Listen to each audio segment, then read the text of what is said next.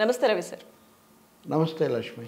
పొంగులేటి శ్రీనివాసరెడ్డి గారు సీఎం రేవంత్ రెడ్డి తర్వాత స్థానం నాదే అన్నట్టు ఆయన మాట్లాడడం, మళ్ళీ కాంగ్రెస్లో ఇలా ఎవరికి వారే అనుకుంటారు అన్న ఒక చర్చను మళ్ళీ తెరపైకి తెస్తున్నట్టేనా సార్? అంటే ముందు నుంచి ఆ సమస్య ఒకటి ఉంది కదా. అయితే ఒక చోట అన్నంత మాత్రాన అలా అంటే మరి ఆయన ఎందుకు అన్నారు? సింగరేణి కాలేజ్లో ఎన్నికలు జరుగుతున్నాయి. ఆ ఎన్నికలు జరగాల వద్దా, వాయిదా, దీని మీద కోర్టులకు వెళ్ళటం ఇది చాలా అయింది. అక్కడ ప్రచారం కోసం ఈయన వెళ్ళారు. ఈయన ఆ జిల్లాకు చెందిన ఇదివరకు ఎంపీ చేశారు, ఇప్పుడు ఎమ్మెల్యే అక్కడి నుంచే. కాబట్టి ఖమ్మం లాబీ అనేది మంత్రివర్గంలో చాలా పవర్ఫుల్ అని ఇదివరకు కూడా అనుకుంటున్నదే. కాకపోతే ఉప ముఖ్యమంత్రి ఖమ్మం జిల్లా నుంచి ఉన్నాడు. ఉప ముఖ్యమంత్రి ఆర్థిక మంత్రి కూడా ఖమ్మం జిల్లా నుంచి ఆర్థిక మంత్రి ఉప ముఖ్యమంత్రి ఉన్నప్పుడు ముఖ్యమంత్రి తర్వాత స్థానంలో రెవెన్యూ మంత్రిగా పవర్ఫుల్గా నేనున్నానని చెప్పడం అనేది దేనికోసం ఈ నొక్కి వక్కాణించటం అనే ప్రశ్న ఉడుకుతున్న. సహజంగా ముఖ్యమంత్రి తర్వాత ఉప ముఖ్యమంత్రి ఉంటాడు. రేసులో కూడా ఆయన ఉండినాడు, ఈయన రేసులో కూడా లీడు. అందుకనే ఆయన బహుశా ఎన్నికల్లో ఉత్సాహపడతాడని చెప్పానని రేపు చెప్పొచ్చు. ఇంకా ఓట్లు వేయించుకోవాలి కాబట్టి చెప్పానని. కానీ ఖచ్చితంగా మీరు అన్న ప్రశ్నకి దారితీస్తుంది.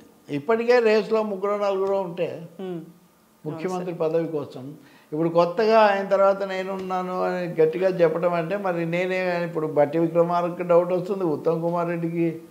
వీళ్ళు చివరి వరకు ఉన్నటువంటి వాళ్ళే కాబట్టి మొదలైందేమో కాంగ్రెస్లో ఈ అసమ్మతులు, ఆధిపత్యాలు వీటికి సంబంధించినది మొదలైందేమో అని ఒక సందేహం ఒకటి కలుగుతుంది. రెండోది పొంగులేటి శ్రీనివాసరెడ్డి ఖమ్మం జిల్లా వ్యక్తి కాబట్టి, ఉమ్మడి ఖమ్మం జిల్లా, ఆ జిల్లాలో ఉండి ఆ జిల్లాలో ఉప ముఖ్యమంత్రి ఉన్నప్పుడు ఈయన ఎందుకు ఇలా అంటున్నాడు? ఈ మాట ఉప ముఖ్యమంత్రి మీద ఉద్దేశించిందా లేదా ముఖ్యమంత్రి మీద ఉద్దేశించిందా? ముఖ్యమంత్రికి ఎసరు పెట్టడం అనేది ఒకటి, అంటే అంత పెద్ద మాట. కానీ ఆయన ఉద్దేశించడం ఒకటైతే రెండో స్థానంలో ఉన్న ఆయనదే డెఫినెట్గా ఆయన కాదు, ఆయన తర్వాత నేనున్నా అని చెప్తున్నారు. కాబట్టి ఆయన కొంచెం తగ్గించడమే అవుతుంది కదా. మరి ఏం చెప్తారో మనం ముందు చూడాలి. కానీ ఎన్నికల్లోపు కాంగ్రెస్ నుంచి ఇలాంటి మాటలు వినిపించకపోవడం ఆ ప్రభుత్వానికి మంచిది. ఎవరు ఏ ఉద్దేశంతో అన్నా కానీ కాంగ్రెస్ మీద ప్రజలకు ఉన్న ఇంప్రెషన్ ఇప్పటికే ఇదివరకు ఉంది. ఇప్పుడు కర్ణాటకలో కూడా డీకే శివకుమార్, సిద్ధరామయ్య ఒకరి తర్వాత ఒకరు అనుకున్నా మధ్యలోనే 6 నెలలు తిరగకుండానే సిద్ధరామయ్య వర్గం పోటీ పడుతుందని ఇలాంటి వార్తలన్నీ మనం చూసాం. మళ్ళీ సర్దుకోవడానికి చాలా అవస్థ పడాల్సి వచ్చింది. కాబట్టి ఇప్పుడు శ్రీనివాసరెడ్డి ఆయన వనరులు అవి ఉన్నాయి, యాక్టివ్గా ఉంటాడు. ఆయన ఇలా అన్నాడంటే అది అంత తేలిగ్గా పోయే విషయంగా కూడా ఉండదు. ఇంకా మరి ముందు ఎలా నడుస్తుందో మనం చూడాలి. ఇంకా సరే, అయితే ప్రతిపక్షాలు ఆల్రెడీ వీళ్ళు అధికారం చేపట్టిన దగ్గరించి ఎన్ని విమర్శలు చేసినా మనం చూస్తున్నాం. బీజేపీ నుంచి కానీ ప్రభుత్వం కూలిపోతుందని మీరు చాలాసార్లు మాట్లాడారు, దీనిపై మనం చర్చించాం. కూలిపోవడం అంటే ఓకే, నిన్నగాక మొన్న ఎన్నికైతే అప్పుడే కూలిపోవడం కాదు, కానీ ఒడిదుడుకులు వస్తాయి. రేవంత్కి అంతర్గత సవాళ్ళు, తీవ్రమైన సవాళ్ళు రావచ్చు అనే మాట ఉంది. ఇప్పుడు మన రాష్ట్రంలో, ఉమ్మడి రాష్ట్రంలో, ముఖ్యంగా తెలుగు రాష్ట్రాల్లో ఈ పైలట్, కో పైలట్ అనే ఒక కాన్సెప్ట్ ఒకటి ఉంది. నేను తర్వాత సెకండ్ ప్లేస్ ఎవరిది అనే చర్చ. తెలుగు రాజకీయాల్లో సెకండ్ ప్లేస్ అంతగా అచ్చిరాదనే ఒక నానుడి కూడా ఉంది.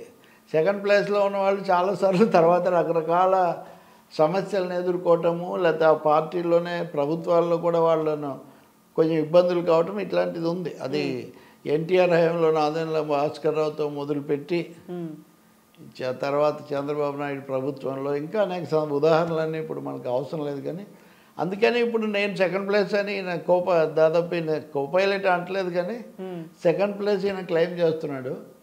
సెకండ్ ప్లేస్ అనేది కొంచెం ఇబ్బందికరమైన ప్లేస్ తెలుగు రాజకీయాల్లో. భట్టి విక్రమార్క వీళ్ళందరూ మరి ఎలా చూస్తారు, కాంగ్రెస్ వర్గాలు దీని మీద ఏం చెప్తాయి మనం చూడాలి. ఇక్కడ ఇంకొక అంశం కూడా ఉంది.